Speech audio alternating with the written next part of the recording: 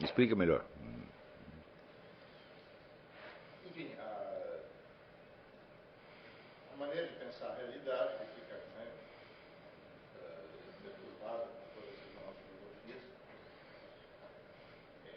Bom, tem um efeito exorcizante, de alguma maneira. Tem um efeito exorcizante, de alguma maneira, tirar os fantasmas, né? Isso, exatamente. Ou seja, não necessita efeito de salvação. Dentro dessa concepção,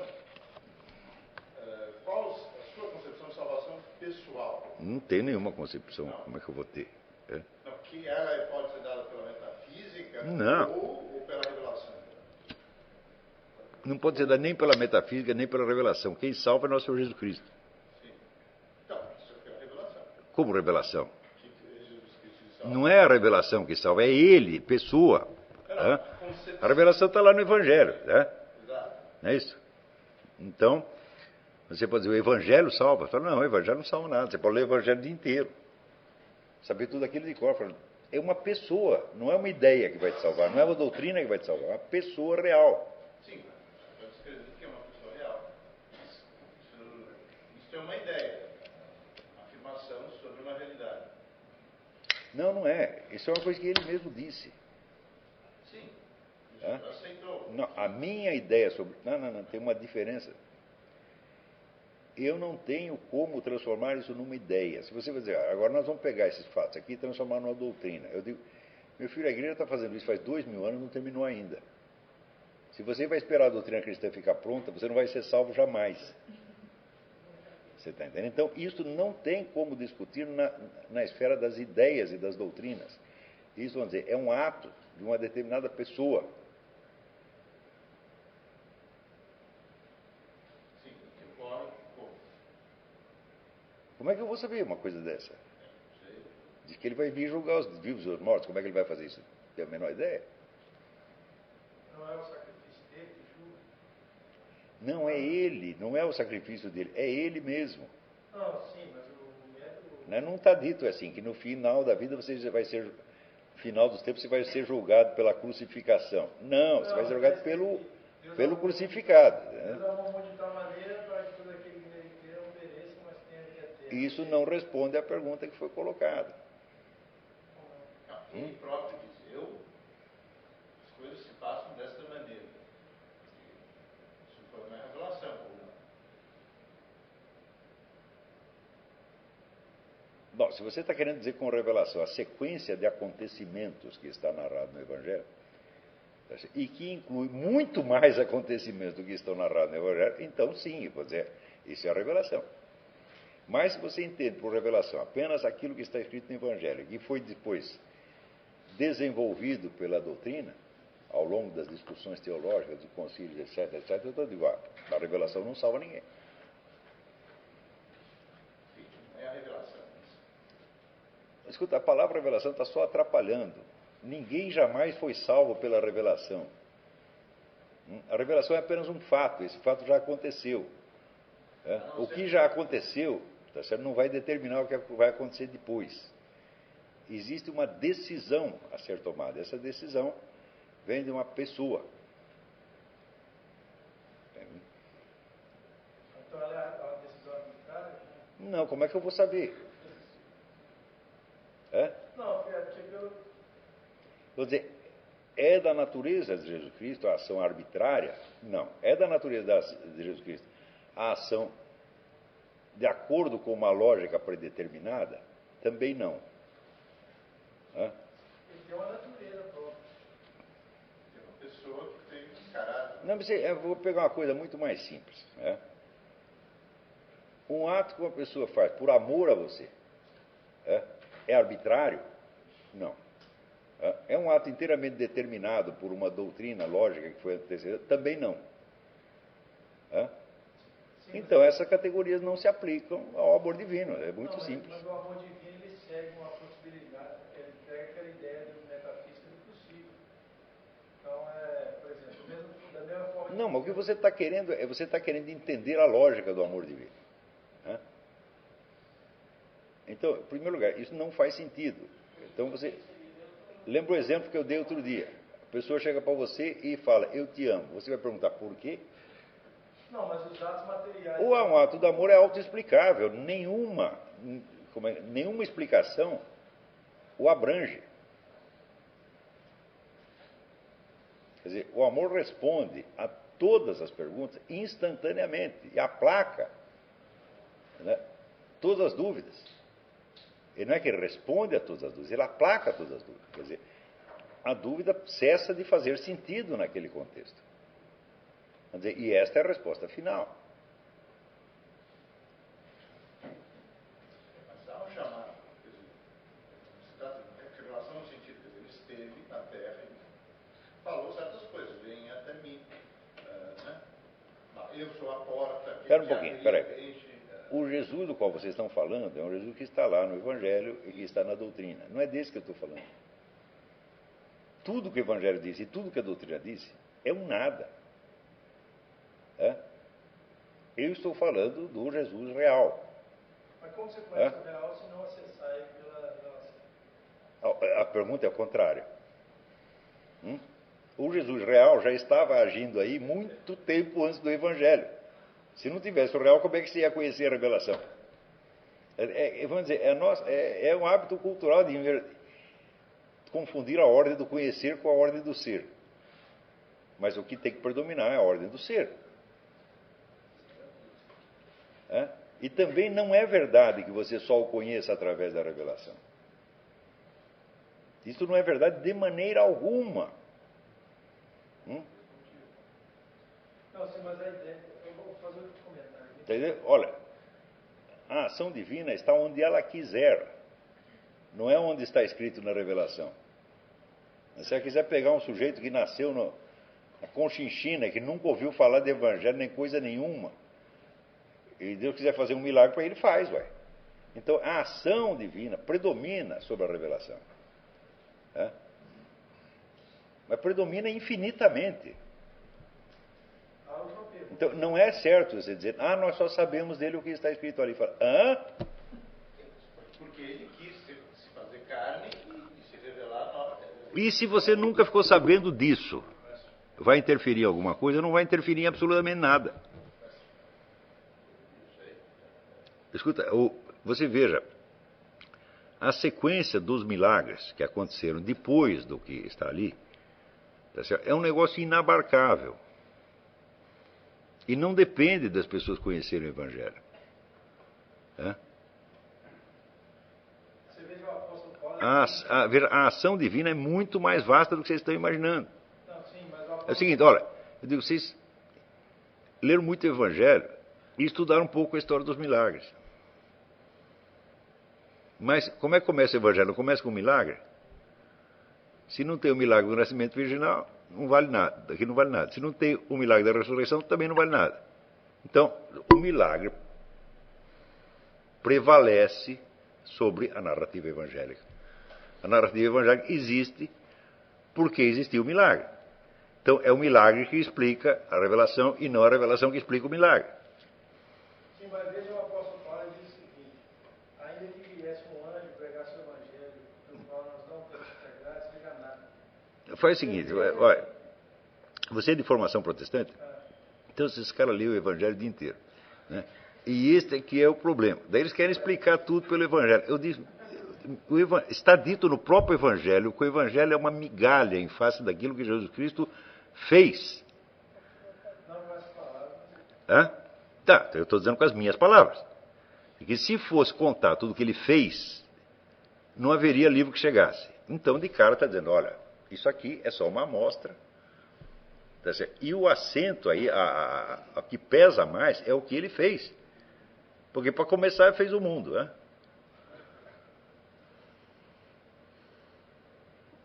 Então, eu não estou negando a importância do Evangelho, evidentemente, mas eu estou dizendo que tem coisas mais importantes, a começar pelos personagens do Evangelho, que já existiam antes que aquilo fosse escrito, e que continuaram agindo, tá certo? Entre populações que jamais ouviram falar do Evangelho. Então, observar, perceber esta ação divina é a coisa mais importante.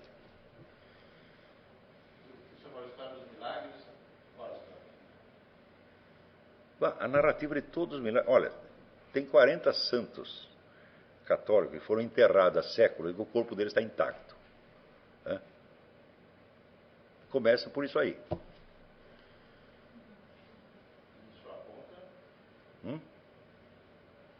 Por que está assim? Porque Deus quer que seja assim.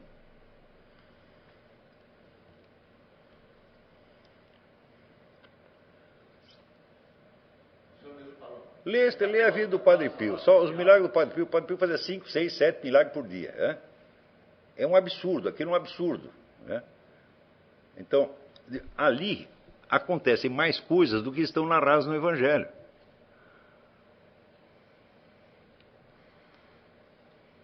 Então, ali conta, vamos dizer, uma ou duas curas que Jesus Cristo fez. Mas só conta 2 ou 3. E as outras aqui não estão contadas. Ah, você quer ter uma ideia? Então, você veja o que o Padre Pio fez.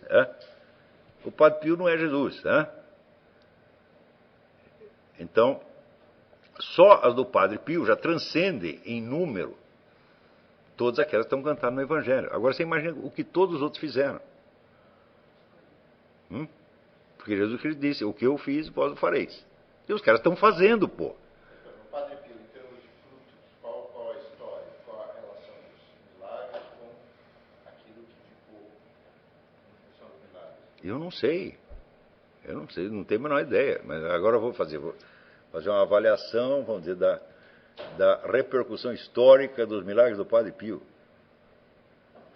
Você percebe que você fazer essa pergunta é levantar um problema que você pode passar o resto da sua vida estudando e você não vai acabar. Mas não sei se você percebe que o milagre é autoexplicativo.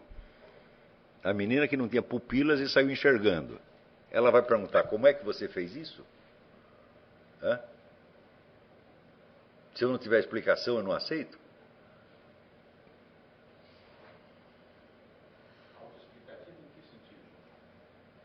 É autoexplicativo porque aquilo não precisa se justificar em função de nada.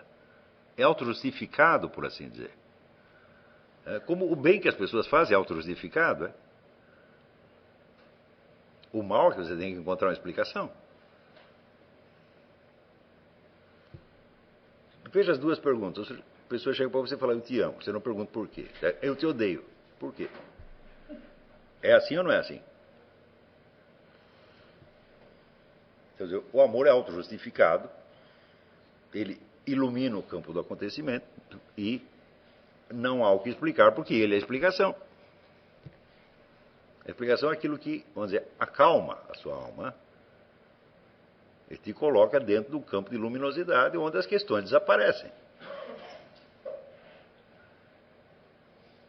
Então, eu vejo assim, o desprezo que a nossa cultura tem pelo fato dos milagres é um mau sinal de burrice que existe. Porque as pessoas pensam que um milagre é um negócio excepcional. Eu digo, mas não é tão excepcional quanto você está pensando. Essas coisas estão acontecendo a todo momento. Se você fosse noticiá-las, não haveria jornal que chegasse. No entanto, isso é totalmente ignorado. E as pessoas querem raciocinar fora disso.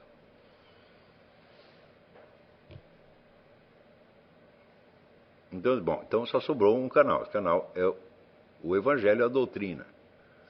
Né? Então, automaticamente, o cristianismo da pessoa se transforma no culto do Evangelho e no culto da doutrina. E cadê a ação divina? Não tem. Então vira tudo uma questão realmente de pensamento, de opinião, de crença, etc, etc.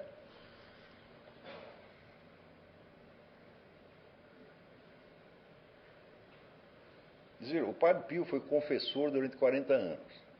É um confessor que ninguém precisava confessar pecado nenhum. Porque ele já sabia os pecados dos caras. Você fez isso, mais isso, mais isso, mais isso, está aí absolvido em nome do Pai, do Filho e do Espírito Santo, vai para casa.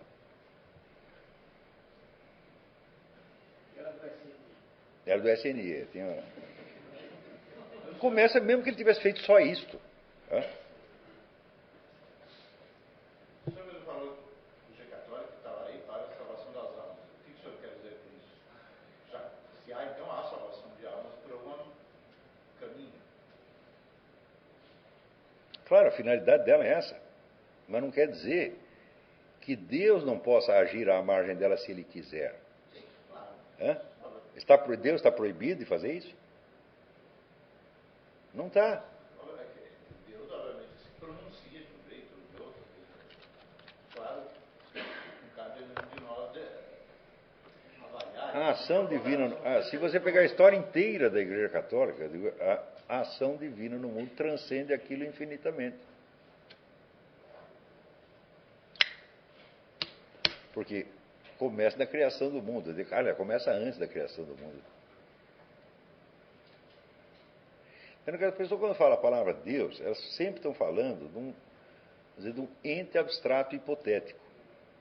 Por quê? Porque na ordem do conhecer é a coisa mais difícil de alcançar. Mas na ordem do ser ele não pode ser o último, ele tem que ser o primeiro. Então, providência inicial. Regrar a ordem do conhecer pela ordem do ser. Então, levar em conta as primeiras coisas primeiro. E as primeiras coisas são aqueles primeiros princípios que antecedem a origem do próprio cosmos. E, conforme eu mostrei para vocês, não podem existir apenas como uma regra lógica, um conjunto de regras, mas tem que ser, vamos dizer, a expressão de uma inteligência efetiva, de uma consciência efetiva. Então aí você tem uma noção do que é o Logos Divino. Então tudo começa com isso aí, é o Logos Divino. Esse é o primeiro. Por isso que Cristo é dito o primogênito. Foi o primeiro que apareceu. Quando que ele apareceu? Ele apareceu junto com Deus Pai. Mas é o primeiro. Então, este é o fundamento de toda a explicação. Também demonstrei para você por que a verdade não pode tomar a forma de uma doutrina, de uma teoria, de uma imaginação, de um sentimento. A verdade só pode existir como pessoa. Então é por isso que diz, bom, você vai para o céu, você vai encontrar Jesus Cristo. Não disse assim, você vai encontrar. Chega lá, eles te dão, fazem uma exposição teórica, diz, senta aí, agora nós vamos te explicar tudo. Não é assim. Seria um saco, na verdade.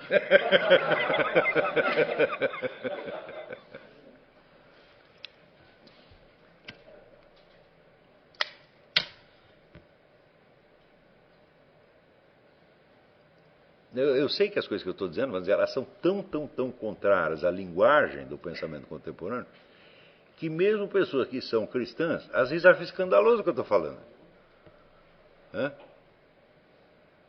Porque eu não estou falando do Deus que está no Evangelho, ou que está na doutrina. Não, eu estou falando do Deus que existe mesmo. As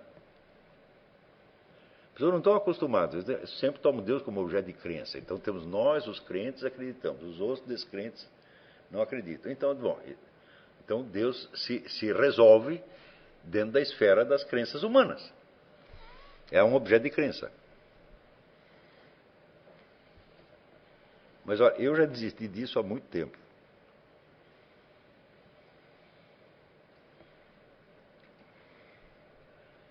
Quer dizer, por exemplo, a diferença, o pessoal fala, não, você tem o Deus da fé, você tem o Deus dos filósofos. Eu digo, bom, não importa, o Deus verdadeiro é um só. É o Deus da crença? Fala, claro que não. Crença é só um negócio que está na nossa cabeça.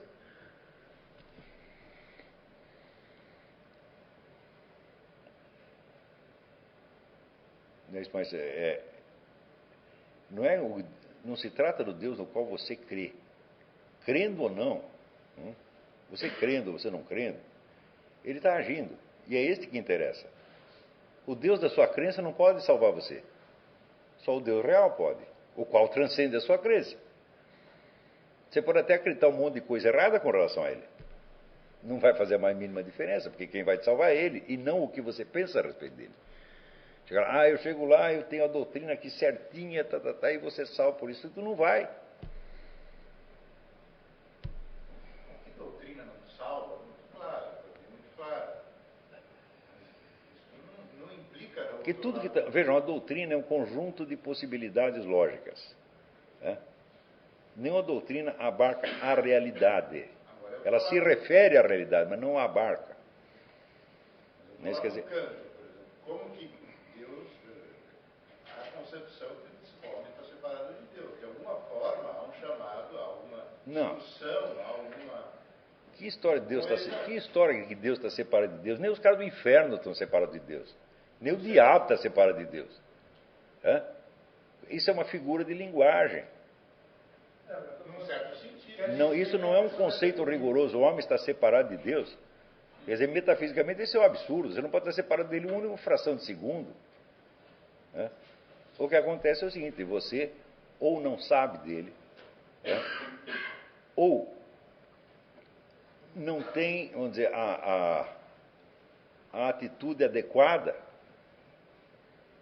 perante ele. Mas qual é a atitude adequada? A atitude adequada é tratá-lo como alguém que existe, não como alguém em quem você crê. Você crê em Deus? Fala, eu não sei se eu creio em Deus. Às vezes eu creio, às vezes eu não creio, mas ele está aí de qualquer maneira. Tudo que você pensa é coerente com a sua crença, com a sua fé? Não. Às vezes eu tenho ideias que eu vejo, e depois eu vejo que elas contradizem a fé. Nem por isso eu deixei de pensá-las. Agora, se eu sei que a ação divina está presente de qualquer maneira, e eu a reconheço, porque ela aparece, a toda hora aparece, então eu estou lidando com uma realidade e não com uma crença.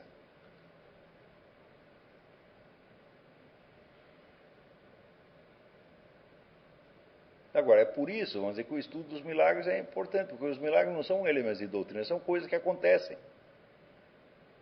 Então, olha, quando eu li aquela frase de São Tomás de Aquino que diz, nós falamos com palavras, Deus fala com palavras e coisas, isso aí tirou a escama dos meus olhos.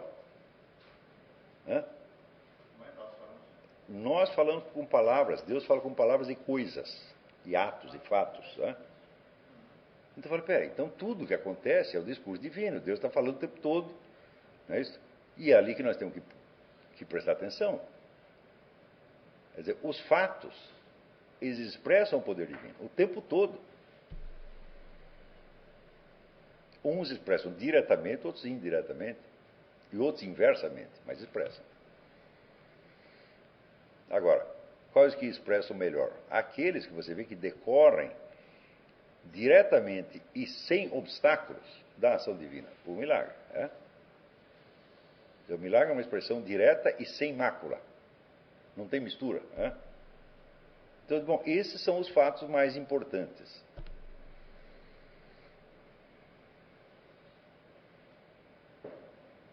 Sim, mas o milagre traz em si o elemento cognoscível. Você precisa de tentar entender o sentido dele. Por isso que eu disse aquela frase do apóstolo Paulo em Gálatas, que ele fala que se vier um anjo, ainda que vier um anjo, quer dizer, se vier um milagre, e a partir desse milagre você conte um evangelho que não é aquilo que nós apóstolo Paulo, temos pregado, então, na verdade, ele está colocando um limite para... Não, ele está falando das conclusões que você tirou, meu filho. Está falando da ação do anjo que ensina uma coisa Que diferente. se o anjo vem e faz um milagre, que é o contrário da vontade de Deus, então não é um anjo, é um diabo. Pô. Ele está usando uma hipérbole. Sim, com certeza. Quer dizer, se um anjo do Senhor... Essa é a mesma coisa que dizer. Se Jesus Cristo viesse aqui e fizesse tudo o contrário, não era para acreditar. Mas isso é hipérbole. De novo, escuta, você está lidando com um conceito ou com uma figura de linguagem? Estou lidando com o conceito que está por trás. Isso não é um... Não, isso não é um conceito, isso é uma figura de linguagem. Porque isso chama-se uma hipérbole. Expressa um exagero monstruoso. Então, por trás dela não tem... Quer dizer, ele está querendo dizer que se um anjo do Senhor agisse ao contrário do que o Senhor determinou, digo, então não é mais um anjo, é um demônio. Sim, mas não... Então isso não, o que ele está dizendo não vai acontecer jamais. Então não se preocupe com isso. Vai vir um anjo do Senhor, vai me enganar. Está entendendo? Não, eu entendi. Ele está falando uma hipótese que não se realizará de maneira alguma. Agora, você pode ver o milagre, você pode ver a ação divina e você tirar uma conclusão errada. Essa é outra coisa. Mas não foi o anjo do Senhor que te enganou? Não, mas ali é claro que ela é pedra. Ele está falando justamente dessa situação. Alguma coisa que aparece e vem com a roupagem de... Mas enfim. Não, então o que ele está querendo dizer é o seguinte: você tem um falso milagre, você tem um milagre demoníaco, isso acontece mesmo. E ele é manifestado pelo entendimento que vai contra o Evangelho paulino. É justamente isso que eu estou querendo dizer. Você pega uma manifestação miraculosa. O que ele está querendo dizer é o seguinte: o Evangelho é um critério de diferenciação. É só isto. Ele está usando o Evangelho e fala: bom, peraí, aqui nós temos um negócio que parece um milagre de Deus, né? Então nós conferimos com o Evangelho para ver se de fato é. Tá certo? Então é um critério. Critério vem de uma palavra grega que era uma pedrinha que você usava para bater nos metais para saber se era ouro ou outra coisa. Então, isso não quer dizer que a ação divina esteja sob o julgamento do Evangelho. Não está. Está infinitamente acima de tudo que está escrito no Evangelho. Não é limitado por aquilo de maneira alguma. Agora, para nós, na ordem do conhecer, para que nós não entremos em confusão, você usa o Evangelho como critério. E como critério ele não produz o ouro, ele só faz a avaliação. Como é? Como critério, ele não vai produzir. Não produz o ouro, ele só faz a avaliação, exatamente. O ouro vem de Deus. E não do Evangelho. Entendeu? Quer dizer, olha, quando o próprio Evangelho diz que... Deus quis dar. Como é? O Evangelho é a maneira como Deus nos quis, enfim, nos orientar.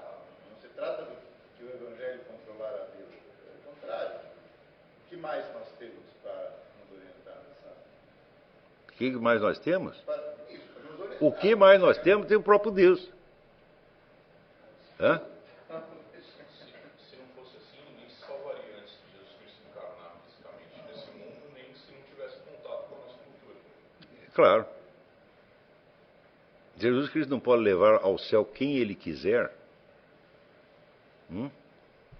Pode. Então, por exemplo, a Igreja Católica diz: ninguém se salva fora da Igreja Católica. Ora, então por que a gente reza por todas essas pessoas que estão fora? É para que Deus, mesmo elas estando fora, as aceite como se estivessem dentro. É o chamado batismo de desejo. Quer dizer, a alma está tão voltada para aquilo que ela já é como se fosse católica. Então, você reza para que Deus aceite isso. E se ele não fizesse isso, está todo mundo lascado. Falar nisso, essa coisa do céu não é católica, não é mesmo da Igreja Católica. Claro que é. Claro que é. Que não se salva ninguém. Que fora Então, tem alguém que pode informar lá. Tem um teólogo lá atrás que pode informar. Isto é a doutrina da Igreja Católica. que se salvam as pessoas fora da igreja, se salvam. Elas não estão fora. Então, Não. Pergunta lá para o padre. Você não sabe responder. Qual é a solução disso? O problema é o que se entende por igreja, né? Isso. Ou seja, igreja é o corpo de Cristo, não é uma agremiação, é Isso. igreja é o corpo de Cristo. Ou seja, qualquer um que vá para o céu vai ser membro do corpo de Cristo. Não é impossível não ser, aqui metáfora, né? Estamos falando de metáfora, membro do corpo de Cristo. Né? Então, a igreja crente só existe um corpo de Cristo, não tem dois Cristos. Por exemplo, quando a igreja católica diz, no credo, confesso um só batismo, ela está dizendo que, respeitando todos aqueles que sejam de outras igrejas, que não quer ferir suscetibilidades, né? Mas que a igreja está dizendo o seguinte, que quando você é batizado na igreja luterana, você se torna de alguma forma membro da igreja católica, mesmo que não esteja em plena comunhão com ela.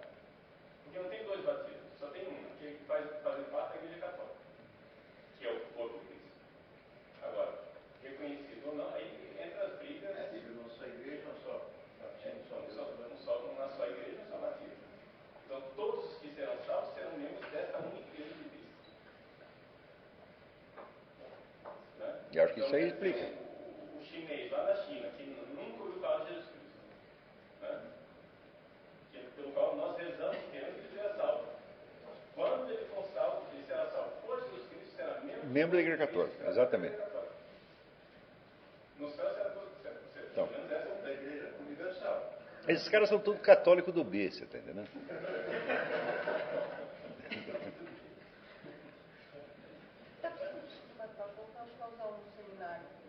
Eu não sei se eles ouviram a explicação, né? Então, o padre Paulo acabou de explicar que essa questão depende do sentido que você usa a palavra igreja. Você pode estar se referindo a uma organização historicamente existente, mas você também pode estar se referindo num plano mais elevado ao corpo de Cristo como totalidade, tá certo? Que esta igreja personifica e representa no plano histórico. Tá certo? Então, todos que são salvos como membros do corpo de Cristo. E, neste sentido, são membros da Igreja Católica. Né? Mesmo que não saibam. Então, Jesus Cristo pode integrar no seu corpo o que ele quiser, ué. Então, quando eu estou falando isso, não estou inventando uma coisa fora da Igreja Católica. Não, isso é a doutrina da Igreja Católica. Melhor explicada ali, mas é a mesma coisa. Se entendido assim. Não é que se entendido assim. Esta é a doutrina da Igreja Católica, não há outra. Quem diz isso é a doutrina da Igreja, não é eu. Os protestantes também entendem o corpo de Cristo da mesma maneira. Como é?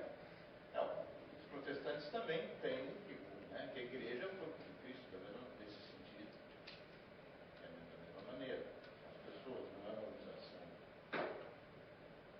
Até parece uma doutrina, não. Então, esse artigo do credo, quer dizer, eu confesso um batismo, só tem um batismo, quer dizer, se o batismo, Jesus Cristo considerou aquele batismo válido, então é o mesmo batismo da Igreja Católica, você saiba ou não.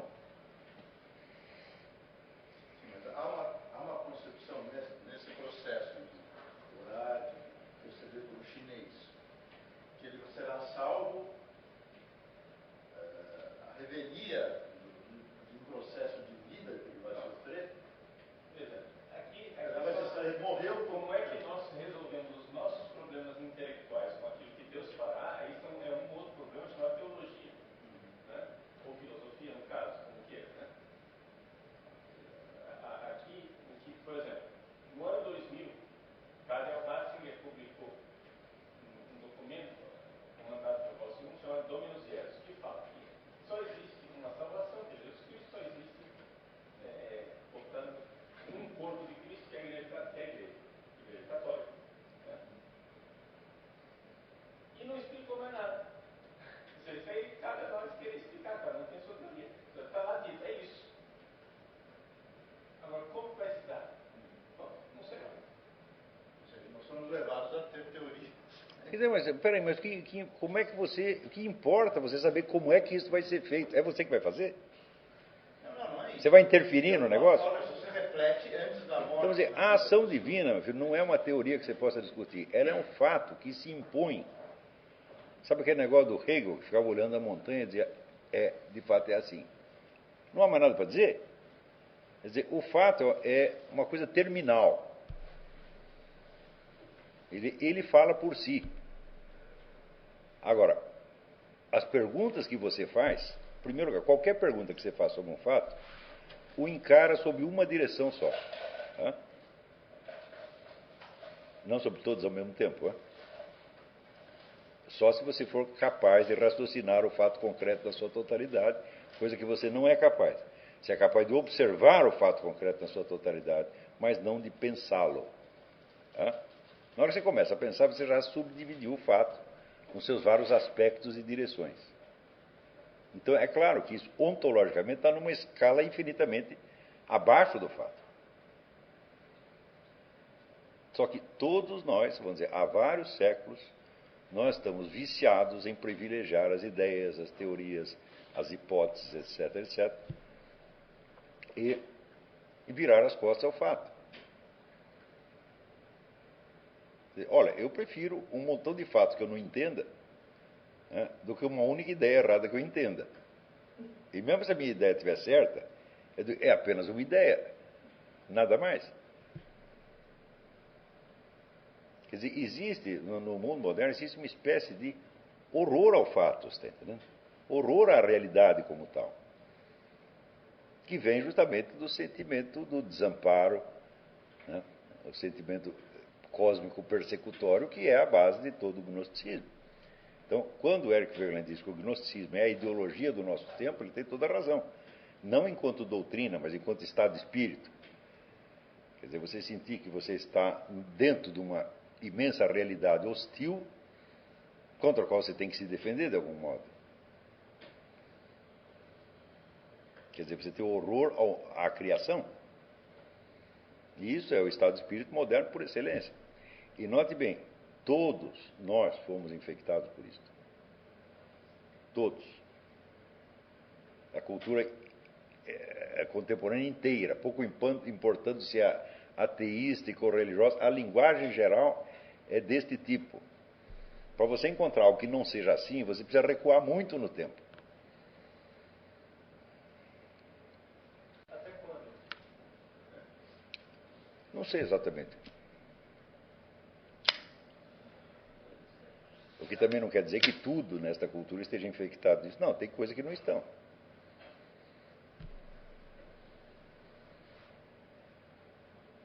Então, quer dizer, a reação normal das pessoas diante do fato é sempre perguntar por quê, ou como. Quando tem inúmeros fatos que eles são autoexplicativos e se você deixar eles moldarem a sua percepção, eles responderão a tudo. O fato miraculoso é desse tipo. Uma pessoa que seja perdida, se você gosta de uma pessoa perdida, que se considera perdida, desorientada com relação às diversas religiões do mundo, ou o que o senhor responde a ela? Não vai lamber sabão. Os seus questionamentos existenciais, etc. Quer dizer, você estudou todas as religiões do mundo para você saber qual é a certa, você é um cretino. Né? Isso é o tipo da coisa que não se deve fazer. Porque o que interessa não é a religião, o que interessa é Deus. Por que você não perguntou para Deus? Então, exatamente, isso é uma resposta. Porque Né? eu pergunto para Deus isso. Você pergunta para Deus e espera que ele responda. E pior ainda, ele responde. Né? Resposta, senhor. Eu posso assegurar para você, isso me aconteceu 1000 vezes. Eu queria saber alguma coisa, eu não sei por onde estudar aqui. Eu peço para Deus e no dia seguinte acordo sabendo. Eu não sei, eu vou lá perguntar, como é que você fez isso? Se eu for saber como é que ele fez, então quer dizer que eu quero fazer a mesma coisa. Então eu quero descobrir como é que ele infunde em mim a inteligência. Então como é que eu vou fazer? Eu tenho que me separar da minha inteligência, tomá-la como objeto de observação, e então desde a minha burrice entendo a minha inteligência. Não é possível um treco desse. Então só tem uma coisa, é a abertura para o fato. Não é a busca da explicação. Isso que a gente chama de atitude contemplativa. Não é para fazer pergunta. É para olhar e aceitar e gostar do que você está vendo. E daí aquilo, vamos dizer, abra a sua alma e te dá mais coisa, mais coisa, mais coisa, mais conhecimento, mais entendimento. E às vezes também tem coisa que você precisa desesperadamente saber e você pede para Deus, Ele não te dá. Por que ele faz isso? Eu não sei. Você acabou de falar, é uma resposta. Então, a pessoa que se questiona, já Deus, não é isso? Essa é a resposta. E eu acho que o que você quer conhecer? Você quer conhecer as religiões ou a realidade? As pessoas se interessam por religiões, se interessam por sociologia, se interessam por filosofia, se interessam por ciência política. Ninguém se interessa por um treco chamado realidade. Esse é o conselho do Eric Voegelin, né? Não estude filosofia, estude realidade. Ou se alguém que está viciado, como se voltar para a realidade, por exemplo, que está nessa... Eu estou falando, no começo do seminário, eu dei alguns exercícios para isso. Tá certo? Para você aprender a se abrir à realidade. Tá certo? E um deles é esse exercício de você se abrir à imensidão cósmica e saber que você está ali no meio como um pontinho. Em que, aparentemente, nada está te segurando, nada está te mantendo. Aparentemente, você já está liquidado, vamos dizer, pelo simples contraste de tamanho. E, no entanto, você continua vivendo. e você até tem uma existência eterna. Então, vamos dizer, entre essas duas balizas está todo o senso da realidade. Quer dizer, a abertura da realidade, o horizonte do desconhecido, que faz parte da própria estrutura da realidade, e, por outro lado, a eternidade ou perenidade da vida humana. Esses são os dois dados fundamentais. Por um lado, vamos dizer, a abertura para a infinitude do real, a ilimitação, e para o desconhecido, a presença do desconhecido, a presença com a qual todos nós sempre contamos, tá certo? Então, e que eu sei que é um desconhecido apenas para mim, mas que ele não se torne real por isso, né? Então, isso de um lado. Por outro lado, a consciência da eternidade da vida humana, ou seja, a consciência da sua unidade substancial, aquilo que você realmente é e que você não conhece, né? Quer dizer, a forma com que Deus te criou e a forma com que Ele te mantém na existência por baixo de tudo aquilo que você sabe e pensa. Lembra isso? Olha, desde que eu me conheço por gente, eu acho que eu sou eu mesmo. Alguém aqui tem alguma dúvida? Acha que é outra pessoa? E, não obstante, eu não sou capaz sequer de me lembrar da minha história. Então, eu não tenho uma unidade no aspecto psíquico. Unidade física também não tenho, porque todas as células do meu corpo já trocaram. Então, e, no entanto, eu sei que essa minha unidade existe. Então, ela não está colocada neste plano. Onde ela está? Ela só existe, vamos dizer, no rebate entre a forma da individualidade e a eternidade. Aí que você percebe que você tem uma unidade substancial mesmo. Pior, você percebe que ela não vai ser extinta com a morte. Por outro lado, também você pode levar essa coisa um pouco adiante, e aí por raciocínio, por dedução, você entende que uma única alma imortal, como ela não vai ser extinta nunca mais, ela vai durar mais do que toda a história humana junta e mais do que todo o universo físico junto. Então, aquele mesmo ser que, por um lado, aceita a sua condição de ser, vamos dizer, um grão de areia, um átomo, na imensidão do espaço, por outro lado, é maior do que esse espaço inteiro. E esta é a medida exata do ser humano.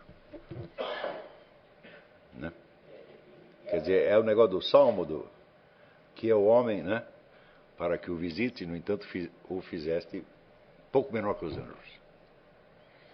Isto é a medida real. Isso aí não é figura de linguagem. Isso é um conceito rigoroso. Essa é a realização do seu conceito de filosofia, não? Sim.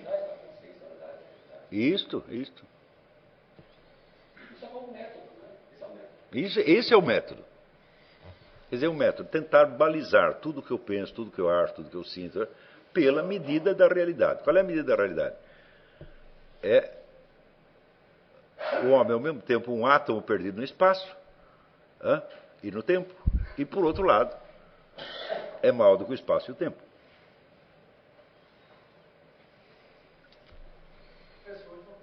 Diga.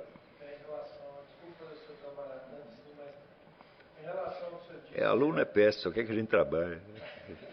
A diferença entre a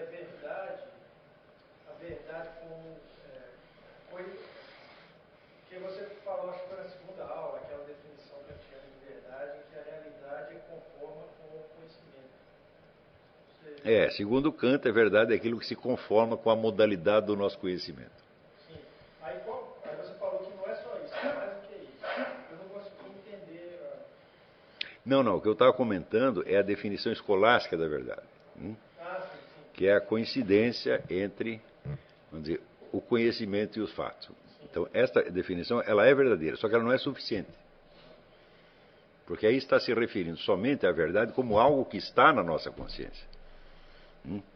Mas você tem que ver a verdade pelo lado contrário, é onde você está nela. Tá entendendo? Então, é melhor definir a verdade como um campo no qual você está. E do qual você não pode sair realmente, mas você pode sair mentalmente. Quer dizer, você pode imaginar que está fora dela. Você não sai dela um único minuto, mas você pode imaginar. E trocar, então, vamos dizer, o campo real, onde as coisas estão se dando, por um campo mental que você mesmo delimitou.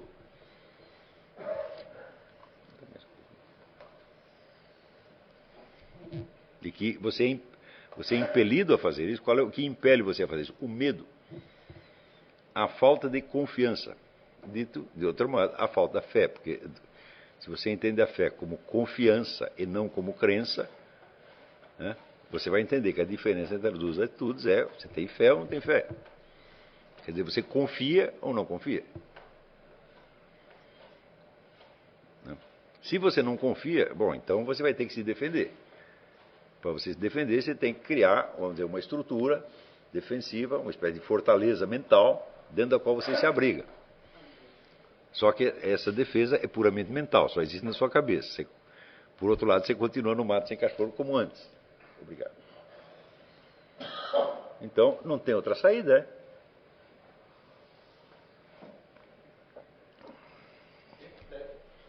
Essa técnica de verdadeira medida, né, do ser humano, como que isso fica com a questão que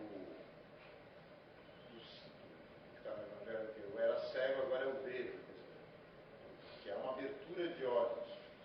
Essa abertura de olhos não é necessariamente de acordo com o Evangelho, uma ação de Deus, quer dizer, que não basta ter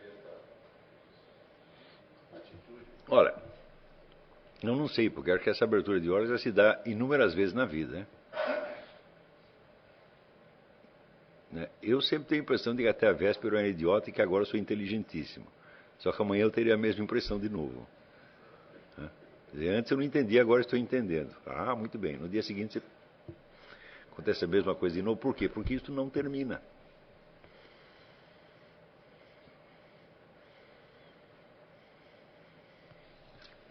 Quer dizer, na medida em que você está aberto para a infinitude da verdade, ela não vai acabar de preencher você. Ela preenche um pouco e daí ela aumenta você para preencher mais.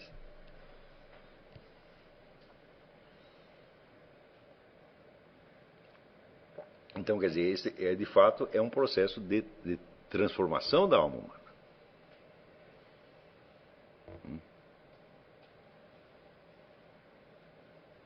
Quer dizer, isso não quer dizer que você vai virar santo, quer dizer apenas que você vai deixar de ser um idiota, só isso.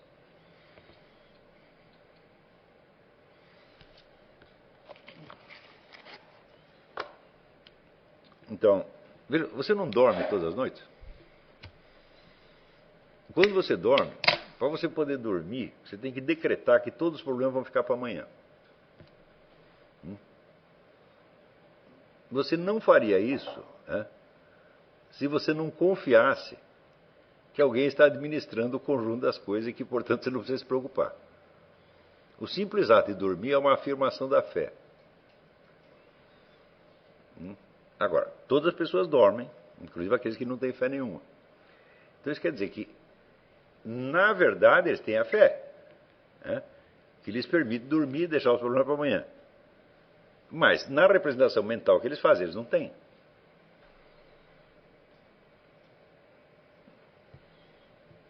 Então, isso quer dizer que há muitas doutrinas, teorias que você pode expressar verbalmente, mas nas quais você não consegue acreditar de fato. Porque elas são incompatíveis com a estrutura da realidade. Então você defende aquilo na cátedra, você defende nos livros e tal, mas na realidade você vai continuar vivendo como se não acreditasse naquela besteira toda. Essa oscilação de fé é algo que parece retratada por muitos religiosos. Não entendi. De crer nessa. Não sei. O sentido da fé como crença, muita gente diz isso, mas está errado. O paralítico e o cego do Evangelho, o que eles sabiam de doutrina cristã? Não sabiam nada. Então não quer dizer, eu acredito nessa doutrina. Não é isso. Eu confio em você. Você diz que você é o filho de Deus, que pode fazer mais isso, e eu confio. Então eu estou pedindo para você fazer. Então é a confiança na pessoa do nosso Senhor Jesus Cristo e não a fé numa doutrina. Meu filho, naquele tempo nem tinha doutrina cristã. Os caras começaram a elaborar a doutrina cristã e estão elaborando até hoje e não terminaram. Então se olha lá, aqui tem a patrística grega, patrística latina. Ei, eu vou ter que ler tudo isso aí para saber se eu acredito ou não? Então já estou danado, já fui para o inferno direto. E essa confiança é a abertura existencial. É a abertura existencial, claro. Você se deposita na mão de Deus. Com confiança, é? E, portanto, você sabe que não é o seu cérebro, não é a sua inteligência que vai ter que administrar tudo. E você sabe, por exemplo, que o seu conhecimento será sempre fragmentário, cheio de rombos. Tem muita importância, Deus preenche o rombo. Mas esse depósito mesmo, não sei, pouco tempo, por exemplo, que Madre Teresa de Calcutá, algumas declarações no final da vida dela, questionando, né, que valeria exatamente uma oscilação de fé nesse sentido, de não está conseguindo depositar realmente a confiança ou não. Questionamentos, né? Eu não sei como ela pensava essas coisas, não tenho a menor ideia.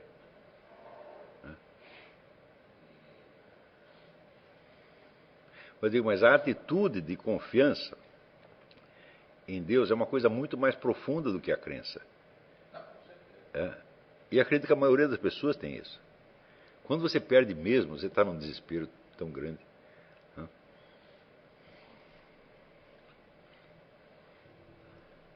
Quer dizer, Karl Marx não dormia. Então, se ele dormia é porque ele sabia, né, que o futuro da história humana não dependia dele. E, no entanto, no dia seguinte estava ele lá administrando o futuro de novo.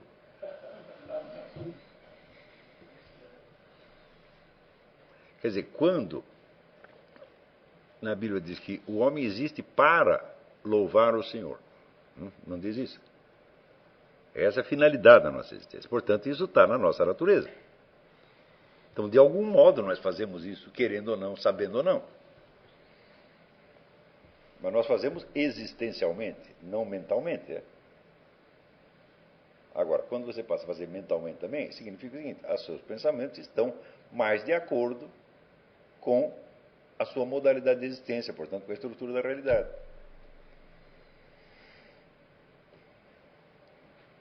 Nesse sentido, até o cara que faz a coisa errada, ele louva a Deus no sentido de que manifesta a justiça dele.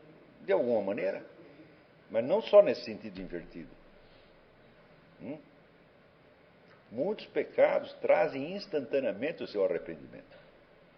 A alma do sujeito está dividida, está no conflito. E a simples existência desse conflito mostra que ele tem uma confiança.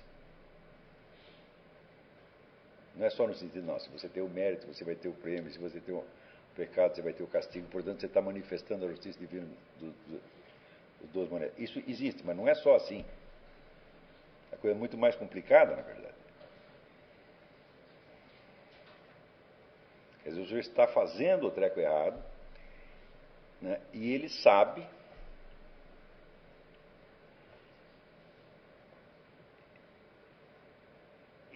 instantaneamente que ele depende do perdão divino.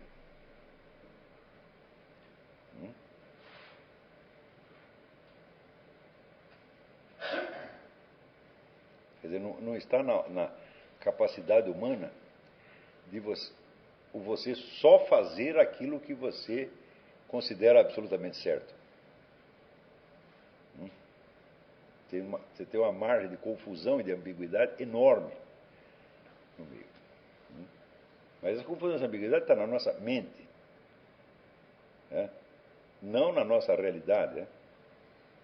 Na realidade, você está montado, você está sentado em cima da confiança em Deus. Até o Richard Dawkins está.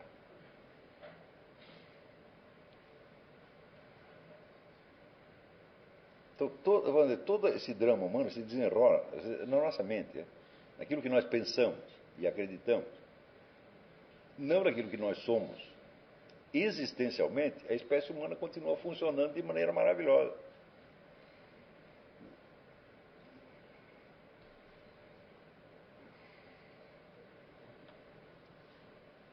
Mesmo que você esteja dentro da situação mais caótica, tá certo? E atemorizante, você sabe que não são os fundamentos da realidade que foram abalados, mas só um pedacinho.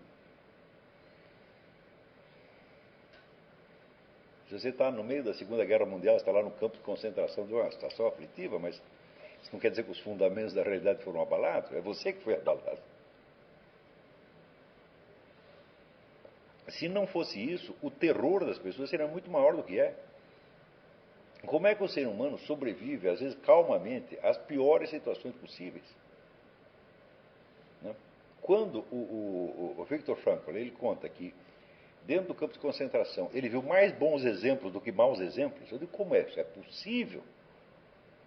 Quer dizer, as pessoas reduzidas à situação mais aflitiva, deprimente, atemorizante, né? Como é que elas todas não se estragam completamente do dia para a noite? Não, não se estragam. Algumas estragam, outras não. E mesmo aquelas que se estragam, não estragam em tudo.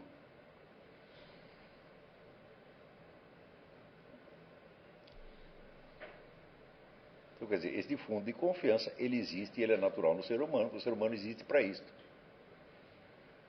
Mesmo que ele não queira fazer, ele pode não querer fazer. Então você tenta outra coisa, mas você não vai conseguir.